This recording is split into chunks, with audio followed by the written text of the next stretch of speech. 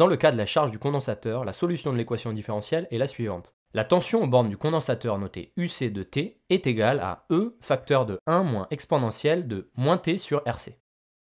Ici, E correspond à la tension délivrée par le générateur.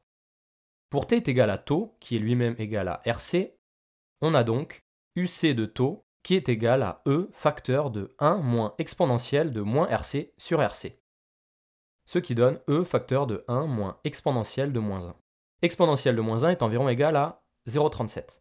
On a donc finalement E facteur de 1 moins 0,37, soit 0,63 E. On connaît maintenant la valeur de la tension UC lorsque T est égal au temps caractéristique τ. On peut alors, grâce à une lecture graphique, déterminer τ. Intéressons-nous à la courbe qui représente la tension UC en fonction du temps. Lorsque le condensateur est totalement chargé, sa tension est égale à E.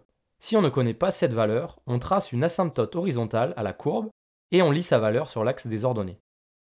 Ici, E est égal à 10 volts. 63% de 10 volts est égal à 6,3 volts.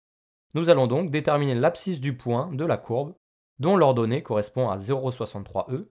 On détermine alors que le temps caractéristique τ est égal à 5 millisecondes. Si on s'intéresse maintenant à la décharge d'un condensateur, on peut appliquer une méthode équivalente. L'expression de UC est alors la suivante. UC est égal à E facteur de exponentielle de moins T sur RC.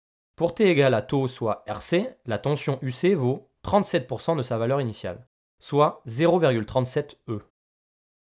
Pour finir, nous allons réutiliser la méthode vue précédemment. Par lecture graphique, on retrouve que le temps caractéristique τ est égal à 5 millisecondes. Lors d'une charge, la tension pour T égale τ est égale à 0,63 E, et lors de la décharge, elle est égale à 0,37 fois E. Voilà, cette vidéo touche à sa fin. Sachez qu'il existe une autre méthode, purement graphique, dont nous parlerons dans une prochaine vidéo. À bientôt!